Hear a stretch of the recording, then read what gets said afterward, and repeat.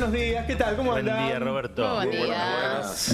Bueno, pasamos de Hood Robin a Robin Hood, ¿no? Digo, se le sacó guita a los banqueros, a las compañías de seguros, a las casas financieras y se le dio a la gente que más necesitaba. Aclaremos cómo es eso de que se le sacó guita. Cuando hay tanta inflación, el pago del impuesto a las ganancias, que las empresas lo realizan, el pago de las ganancias de este año lo realizan en mayo del año que viene.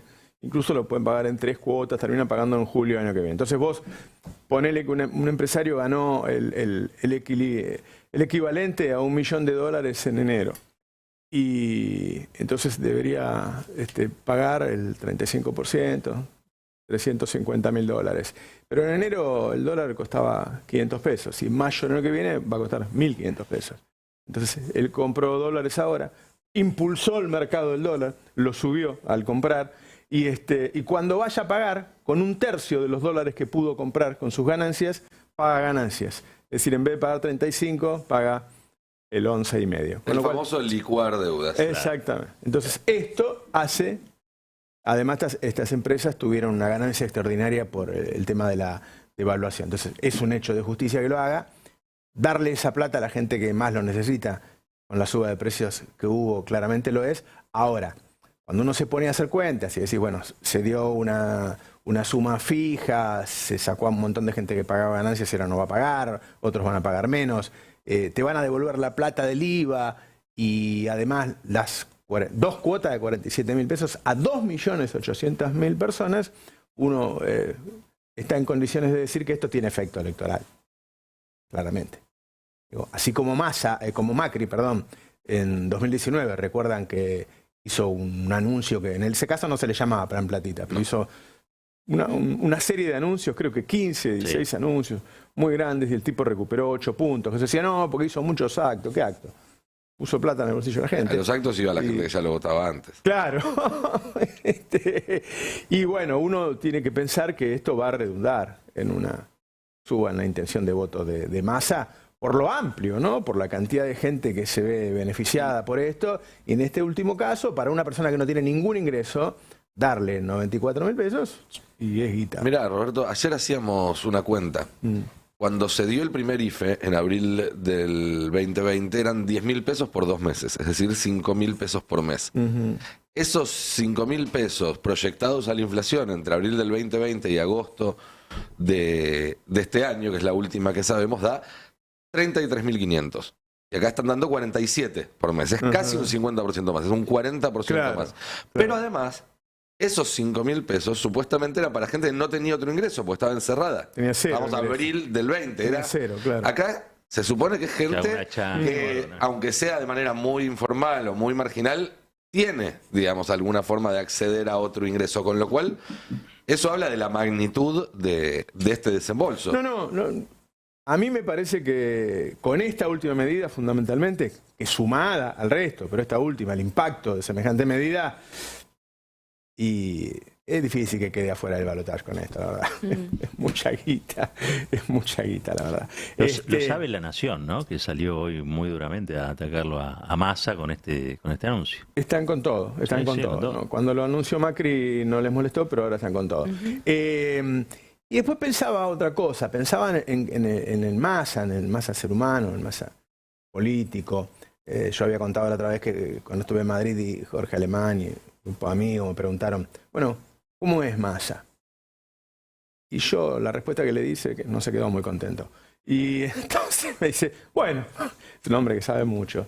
Y me dice, puede pasar como con Francisco, que cuando era Bergoglio era conservador y cuando fue Francisco fue progresista.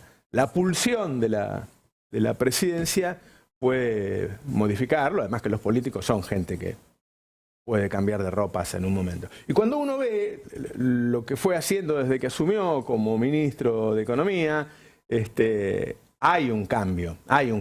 Digo, ¿va a alcanzar para ganar las elecciones, para ser presidente? No lo sé. Me acordaba de un amigo mío, Pedrito, en Talar, que un día pusieron una sucursal del banco y llegó el banquero con un Fireland, 0 kilómetros, y bajó la hija del banquero y nunca habíamos visto una chica tan linda, nunca.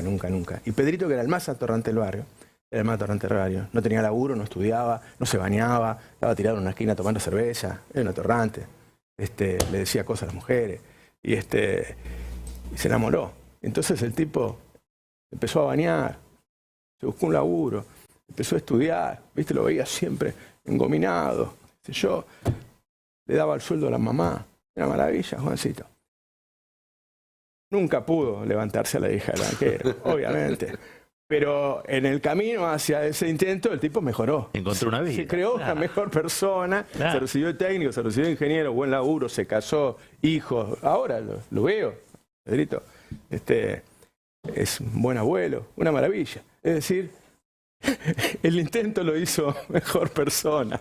Me parece con Massa. Yo nunca me hubiera imaginado. Digo, no hay nadie en Juntos por el Cambio que le hubiera cobrado un impuesto a los banqueros para darle a los trabajadores. Claro. Porque ese es el hecho. Si vos me decís reparto, yo te digo, che, ¿de dónde la estás sacando? Lo dije ayer, qué sé yo. Ahora, si vos le sacás a los banqueros para darle a la gente que menos tiene en un sistema injusto y qué sé yo, bueno, eso es lo que uno... Ayer había la gente que piensa como nosotros quiere eso, ¿no? Había imágenes de él entre medio trabajadores, ahí de Aerolíneas Argentinas, él haciendo una defensa de Aerolíneas Argentinas, de la conectividad. Cerrabas los ojos y era un discurso que quizá Massa no tuvo o no tenía en estos últimos años. Es que también una de las virtudes de los grandes políticos es saber entender y adaptarse a la época y a las circunstancias. Menem no era neoliberal en el 86, ni en el 87, ni en el... Ahora, cayó el muro, le tocó asumir y el tipo entendió por dónde iba la mano y fue. Néstor no era el del 2003-2004 cuando gobernaba Santa Cruz en el 92-93. Claro. Sí, tenía algunos rasgos, venía de un sector de la militancia, pero entendió perfectamente que después de la crisis de 2001 el tiempo pedía un líder de ciertas características. Yo creo que Massa tiene un poco ese olfato de killer de la política. Y esta época es una época en la cual el momento hoy pareciera ir exactamente para el otro lado, ¿no? Porque estamos viendo los Milei, los Bolsonaro y demás. Pero creo que él entiende que si quiere encabezar algo con sustento popular, con sustento en las instituciones de Argentina, que son los sindicatos, que son... Bueno, que tiene que ir hacia un presidente para este mundo multipolar, y entonces hace lo que hace con China, con Arabia, un presidente para un mundo donde la discusión es entre las megacorporaciones y los megarricos y las condiciones de vida de las mayorías, y entonces que si logra prenderse a esa beta, puede ser un dirigente muy interesante. Obviamente que también puede elegir ser otra cosa, en parte está en él y está mostrándolo día a día el rumbo que está tomando y mientras siga ese rumbo creo que tiene más chances de que le vaya bien. Creo que él hace esto entre otras cosas porque ve que este es el camino a la presidencia. Total. Si tal vez viera que es otro el camino a la presidencia, claro, a lo mejor haría otras cosas. Pero no se puede todo el tiempo estar viendo qué pasaría si. Hay que agarrarse a lo que tenemos y meterle para adelante. Y además te sumo que todavía queda devolución del IVA para convertirse en ley, queda el fortalecimiento de las pymes también, que son dos proyectos importantes que tienen que salir antes de las elecciones, o se espera que empiecen a avanzar por lo menos antes de las elecciones en la Cámara de Diputados. Se habla de 100.000 personas en la plaza el viernes para agradecer por la sanción que se supone, veremos qué pasa mañana en el Senado, pero tendría el impuesto a las ganancias, pero también para impulsar estos proyectos que menciono, por lo tanto no es que se termina acá el paquete de medidas de Massa. Pero digo, reducción de la jornada laboral también. Reducción de la jornada laboral, licencias parentales que también se incorpora, digamos, hay mucho debate en torno al mundo del trabajo. Pero además también en paralelo el convencimiento que uno está empezando a ver que logra Massa de pensar que es posible, necesario y hasta puede estar encaminado ese gobierno, ese gran acuerdo entre distintas fuerzas políticas. Y ya no, digamos, no solo no se ve alocado, sino se ve completamente aceptable que eso pueda formar parte de un futuro cercano. Ayer Tetaz dijo, si no nos votan a nosotros, por lo menos voten a Del Caño. Y hay muchos, y hay mucha gente de Macri que está yendo con Milei, claramente, ¿no? Entre ellos los financistas. ¿No? Sí. Ahí va a haber una ruptura clara. Sí, claro. Ah, ¿ya está, Juan? Ah, bueno, vamos a saludarlo. Estamos en comunicación con Juan Grabois. Hola, Juan, ¿qué tal? ¿Cómo estás? ¿Cómo te va, Roberto? Bien, muy bien. Bueno, ayer opinaste sobre los dos temas del día y quería consultarte sobre eso y hacer una mínima introducción, si me permitís leer un parrafito de uno Dale. de tus tweets para poner a la gente en tema. Ya estoy, ¿eh?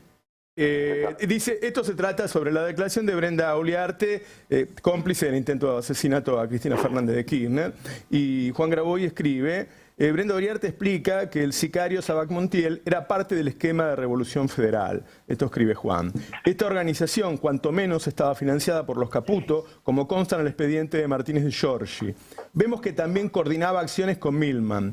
Ahora, Revolución Federal sigue activa en el submundo paramilitar de Villarroel, con Sosa y Morel activos en redes sociales, amenazando públicamente con violar y lapidar dirigentes que consideran enemigos.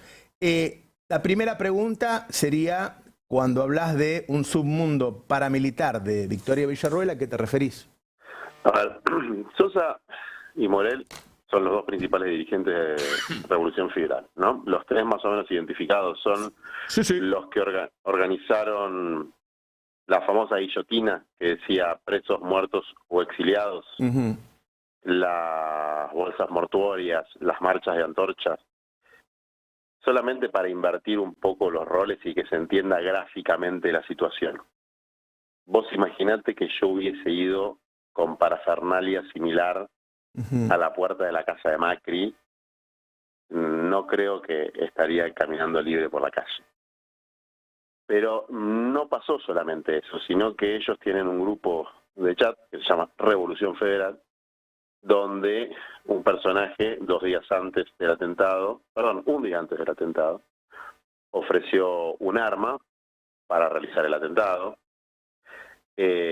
Revolución Federal, Sosa, Morel, estuvieron durante la jornada de las vallas en el lugar del atentado.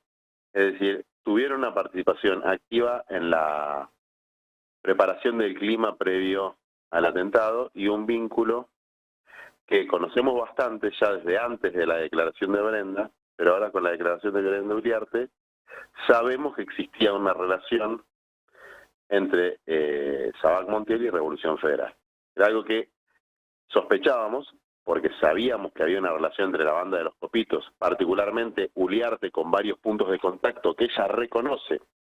Es decir, ella no reconoce que tenía una participación orgánica en Revolución Federal, cosa que a nosotros tampoco nos constaba que tuviera una participación orgánica. Sabíamos que tenía una participación episódica, que iba a sus movilizaciones, que tenía puntos de contacto, etcétera. Ella reconoce esa participación episódica, es decir, reconoce un nexo y atribuye su participación episódica a que la relación orgánica la llevaba Sabac Montiel, que es el sicario del intento de homicidio contra Cristina. Esto lo que nos marca, en primer lugar, es que lo que nosotros venimos diciendo como querellantes en la causa Revolución Federal, porque yo estaba en la listita de los objetivos de violencia de Revolución Federal, pero también viene diciendo la querella de Cristina en la otra causa, que es la más importante, que es la del atentado, que es la que llega a Capuchetti, que las dos causas son la misma causa. No puede haber dos causas separadas investigando a los grupos que prepararon el clima y a los grupos que perpetraron el atentado, y ninguna de las dos buscando a los autores intelectuales y a los financistas, que en definitiva son los mismos personajes. Pero para ir a tu pregunta, Villarroel, todos sabemos, candidato a vicepresidente de Milei,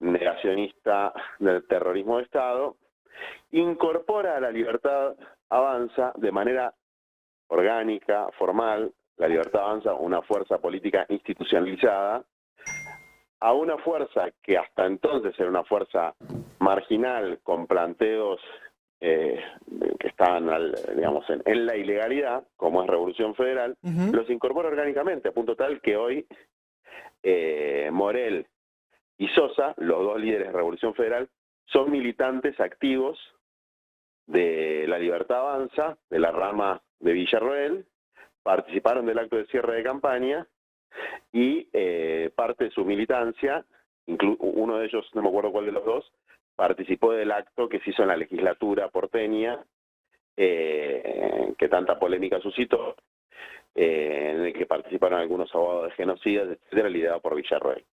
¿Qué quiero decir con esto? Que en la familia de la ultraderecha argentina, donde por un lado tenés a Bullrich, con Milman y otros personajes siniestros, y por otro lado tenés a Villarroel con un personaje que lleva una motosierra y que Dios no quiera puede llegar a ser el próximo presidente de la Argentina, en esas dos fuerzas que son institucionalizadas, que van a elecciones, etcétera, bollan grupos que han dejado de ser marginales, que son grupos de tarea, que perpetraron una serie de atentados que culminaron en un intento de magnicidio y que hoy sigue absolutamente impune, donde lo único que tenemos son un sicario preso, muy bien preso que está,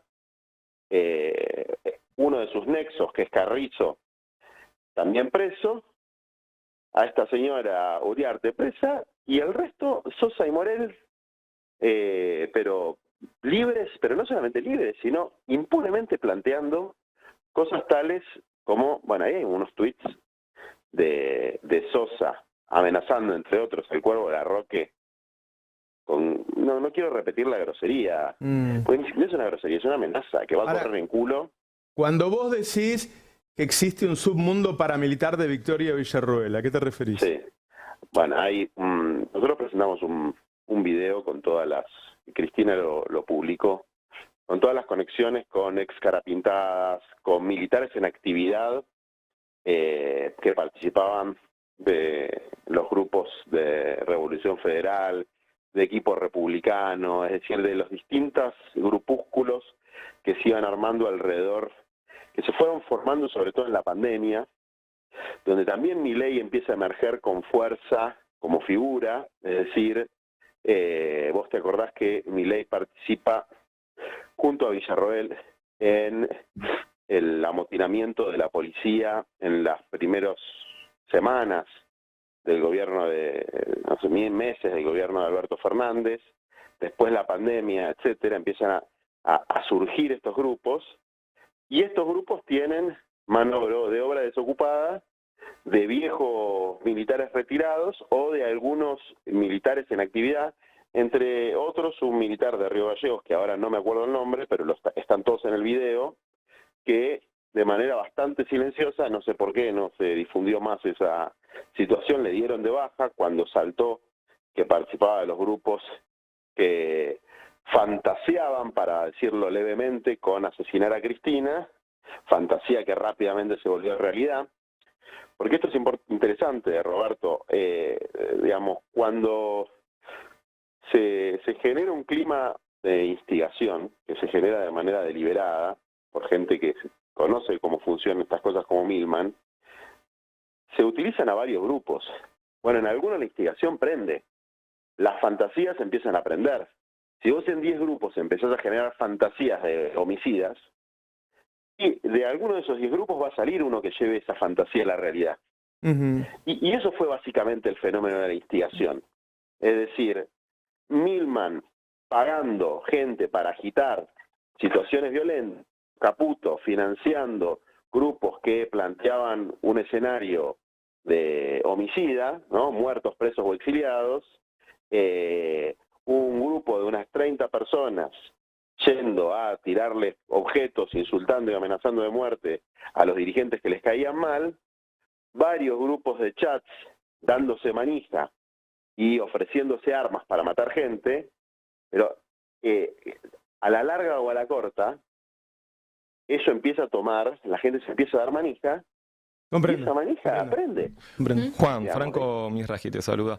Sí. Como creyente en la causa, ¿pudieron reconstruir cómo fue esta forma de reclutar a Revolución Federal que hizo Villarroel, tal como lo están diciendo? Digo, hay incluso varios tweets, nosotros publicamos con Ariel Jalado una larga secuencia de muchas loas de Sosa hacia Villarroel, hablándole de cómo que la amaba. De hecho, también muchos tweets, bueno, desconociendo los 30.000 desaparecidos. ¿Pudieron reconstruir cómo fue este reclutamiento? ¿Cómo es que aparecen de repente apoyando explícitamente a Milei? Mira, son ecosistemas de redes sociales que funcionan en todos los campos ideológicos. Porque las redes sociales lo que hacen es conectar a personas que tienen ideologías o modelos mentales similares en todos los campos políticos. Eso fomenta los fenómenos de extremismo de derecha en todo el mundo. Ese no es el problema es cuando eso empieza a tomar legitimidad política. ¿Y cuándo toma legitimidad política? Porque no es una cuestión de reclutamiento que va un agente de traje y corbata orgánico de un servicio de inteligencia y busca... No, porque hay personas que genuinamente tienen un sentimiento de odio y una pulsión homicida contra sus enemigos. Siempre existieron y siempre van a existir dispersos en el mundo. El tema es cuando alguien les da organicidad y les da legitimidad. ¿Y eso cuándo sucede? Sucede cuando pasan cosas, como un intento de magnicidio, y en la sociedad, y en la institucionalidad, y en la juridicidad, no sucede nada. Es decir, cuando al día, el mismo día del atentado, se tiran dos hipótesis desde los medios hegemónicos y de la mafia judicial, que son, hipótesis número 1, fue un grupo de loquitos o fue un loquito suelto. Hipótesis número 2, fue un autoatentado, y logran que eso permee en un sector de la sociedad y desacreditar, incluso dentro de nuestro propio campo político, a los que con evidencias absolutamente claras marcamos la conexidad entre lo que estaba haciendo Revolución Federal, lo que estaba haciendo el grupo de Copitos y la actitud de Milman, de Patricia Bullrich, y los grupos libertarios, digamos, libertarios ideológicamente, entre comillas libertarios, hoy institucionalmente incorporados a la Libertad Avanza, que en ese momento no estaban incorporados. Vos fijate cómo la permisividad con el grupo de Sosa y Morel, la impunidad del grupo de Sosa y Morel, que son grupos, insisto, en los que se ofrecían armas para matar a Cristina, hoy les permite ser figuras públicas que están en primera fila en los actos del candidato presidente que sacó la mayor cantidad de votos. Gente que planteaba la violencia política como un método válido. Y no me refiero a la violencia política de tirar una piedra. La violencia política es usar un arma para matar a un dirigente rival. A la violencia política es decir que van a apedrear a un dirigente rival. A la violencia política que implica decir que tendrían que haberlo tirado en el piso y hacer sangrear a un dirigente rival, que vendría a ser yo, que la verdad me resbala porque los tengo a 5 cuadras de mi casa y nunca se animaron a tocarme un pelo. Pero, porque a mí me protege el barrio, pero sí se lo hicieron a la candidata a vicepresidente porque engancharon la horma del zapato. Juan, ahora... Y van a enganchar otro. Sí. A ver, esto se va a repetir. O con la vicepresidenta o con cualquier otro, se va a repetir. Porque lo que lograron fue romper un pacto implícito en esta sociedad de que hasta acá llegamos. Y una cosa es una puteada, una chicana, hasta una calumnia, una injuria, un escupitajo, hasta ahí. Ese es el límite. No se puede pasar ese límite. Armas no. Bueno, lograron romper eso, y eso generó un viraje a la derecha de todo el sistema político, porque no se lo enfrentó adecuadamente, ni de manera política, y obviamente las instituciones en la Argentina nos ponen en la situación de una democracia secuestrada, ¿no? Una democracia secuestrada donde el pleno potencial del derecho que tiene el pueblo a ser soberano está cercenado por este tipo de cosas. Entonces, para mí es una situación gravísima, y cuando vos ves a Bullrich sacar un spot en el que pone un edificio público, en este caso una cárcel, con el nombre de doctora Cristina Fernández de Kirchner, es una apología más al magnicidio. Porque ella sabe, además promovió leyes, que lo decían, su espacio político promovió leyes que yo no sé si ella firmó o no, pero sí que son de Juntos por el Cambio, que decía básicamente que para poner una denominación de una persona a un espacio público, esa persona tenía que estar fallecida. Es decir, Lo que está diciendo es que Cristina tiene que estar muerta y el resto tienen que estar presos. Esta idea de muertos, presos o exiliados es una idea que ronda en ellos, con la que fantasean, con la que juegan, con la que transmiten, con la que trabajan de manera más subliminal, más explícita, y que está en el ideario de sus cantos, de sus consignas, de Argentina sin Cristina, etcétera, y que, digamos, hay una parte de la institucionalidad, de la sociedad, de la gente bien, de la gente pública, que se hace la tonta y que no le pone un parate a eso. Bueno, eso va a terminar mal. Esos son límites que van a terminar mal. Y que uno dice, bueno, pero ahora tenemos un problema social y creo que de la dirigencia desde luego hay un montón de gente preocupada por la cuestión social. Yo soy uno de esos tantos, lo vivo cotidianamente, milito cotidianamente con las grandes mayorías empobrecidas, pero te puedo asegurar, Roberto, que la cuestión de la proscripción, la persecución, la violencia homicida en la política siempre impactó en la cuestión social. No, sin duda. Sin duda, sin duda. Juan, pregunta con esto, ¿es una cuestión de diseño argentino esto o es algo que se ha importado de otros países? ¿No? Porque a mí me llama la atención, el otro día lo comentábamos, ¿no? Algunos de los discursos de Milei, incluso el tema de la motosierra, me hacen acordar mucho a Colombia, a lo que eran los grupos paramilitares en Colombia que combatían a la guerrilla primero y después a cualquiera que tuviera un dirigente de movimiento social, digamos, cualquiera que tuviera una idea de mundo distinta, y muchas veces con protección de ciertas embajadas. ¿Qué es lo que vos ves acá? ¿Esto es puramente argentino o se están importando métodos y modalidades para tratar de derechizar el escenario político? Son lógicas que van avanzando. Son lógicas que van avanzando. Desde luego, en el caso de nuestra América, van bajando desde el norte. Está muy bien el planteo de Colombia. Yo te diría que van bajando desde México. Van bajando muy de la mano del narco y de la narcopolítica. La idea de la dolarización, esto lo explica muy bien Petro, ¿no? La relación entre las nuevas drogas, la dolarización, hay algo de eso. Tiene su complejidad y suena a conspiranoia, por lo tanto prefiero no profundizar en el tema.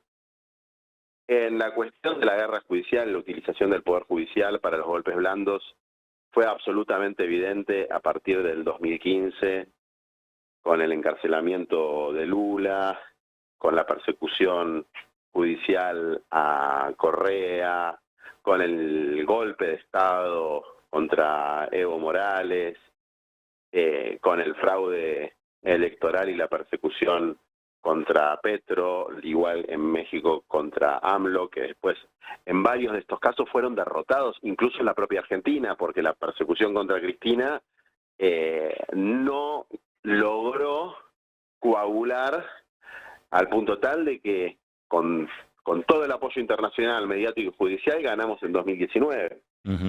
Es decir, había lo que algunos intelectuales llaman un empate hegemónico.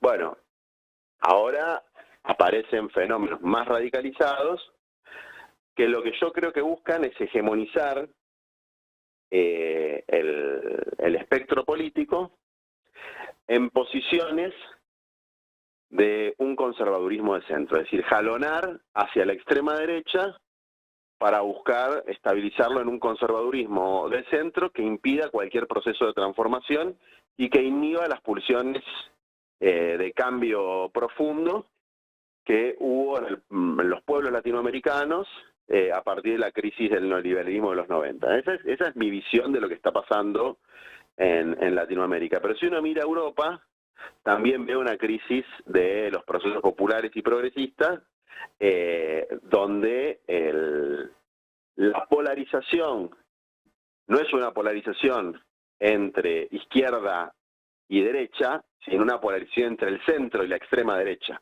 Claro. Y lo nacional, popular, progresista, se va quedando sin ideas, ¿no? Eso lo hablaba con García Linera, se va quedando sin ideas nuevas.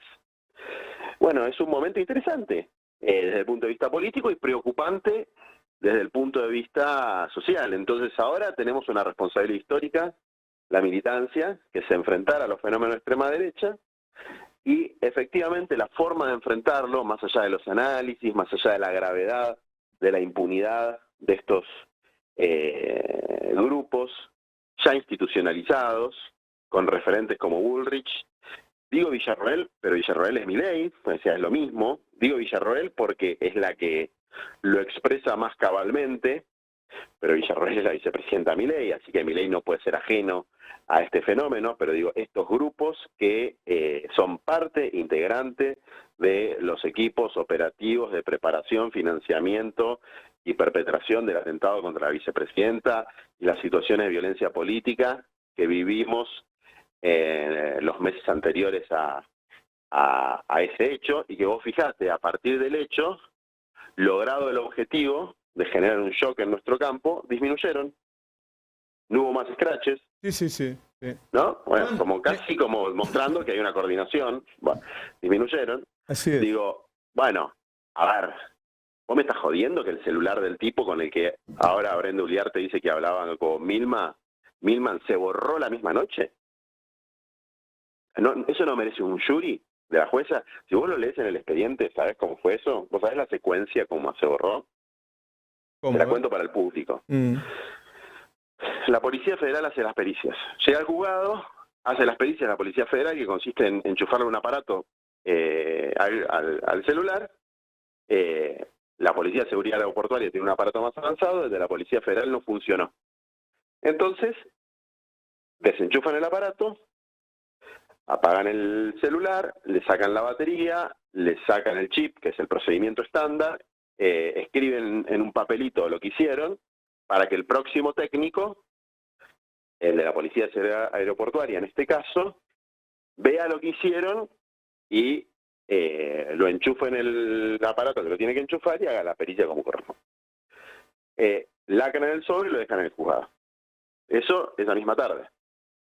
Bueno, a la noche llega a la guardia de la Policía de Seguridad Aeroportuaria. ¿Cómo llega?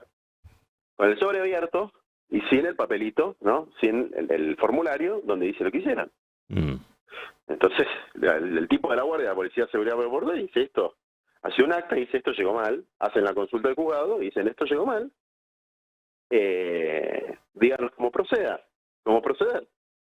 mándenlo por escrito, dice no, procedan. Cuando enchufan el teléfono al otro aparato, el teléfono estaba bloqueado, borrado el contenido. ¿Qué había pasado en el medio? Lo habían abierto en el juzgado. ¿Qué hicieron cuando abrieron el teléfono del juzgado? Nadie lo sabe. ¿Cómo puede ser que la jueza que hizo eso, que es Capuchetti, o que lo permitió, que lo avaló, etcétera, sigue al frente de la causa? Eso pasa solamente en este país. De hecho, no tendría que estar al frente de un juzgado. Por torpeza, por corrupción, por complicidad, por lo que sea. Eso es gravísimo. Juan, no tengo más tiempo, pero en 2 minutos me quisiera un comentario tuyo sobre la última medida de Sergio Massa. Es un anticipo de los adelantos de ganancias a bancos, compañías financieras y compañías de seguros, y ese dinero volcarlo como un IFE para 2.800.000 personas. Hay 3 medidas de nuestro candidato que en el marco de un esquema de compensación de los efectos de la devaluación impuesta por el Fondo Monetario Internacional, eran las que desde Argentina Humana, que es nuestra lista, la que perdió las PASO, veníamos impulsando y que nos da una motivación extra para militar por la positiva dentro de las PASO. La primera es el registro único de solicitantes de lotes familiares y quintas productivas, que para todos los que nos están escuchando y que tienen necesidad de un lote, anótense, busquen el registro único de solicitantes en Google, porque es un compromiso del Estado argentino en boca de Sergio Massa, ministro de Economía y candidato a presidente, que durante los próximos 4 años de nuestro gobierno va a haber un lote para cada familia.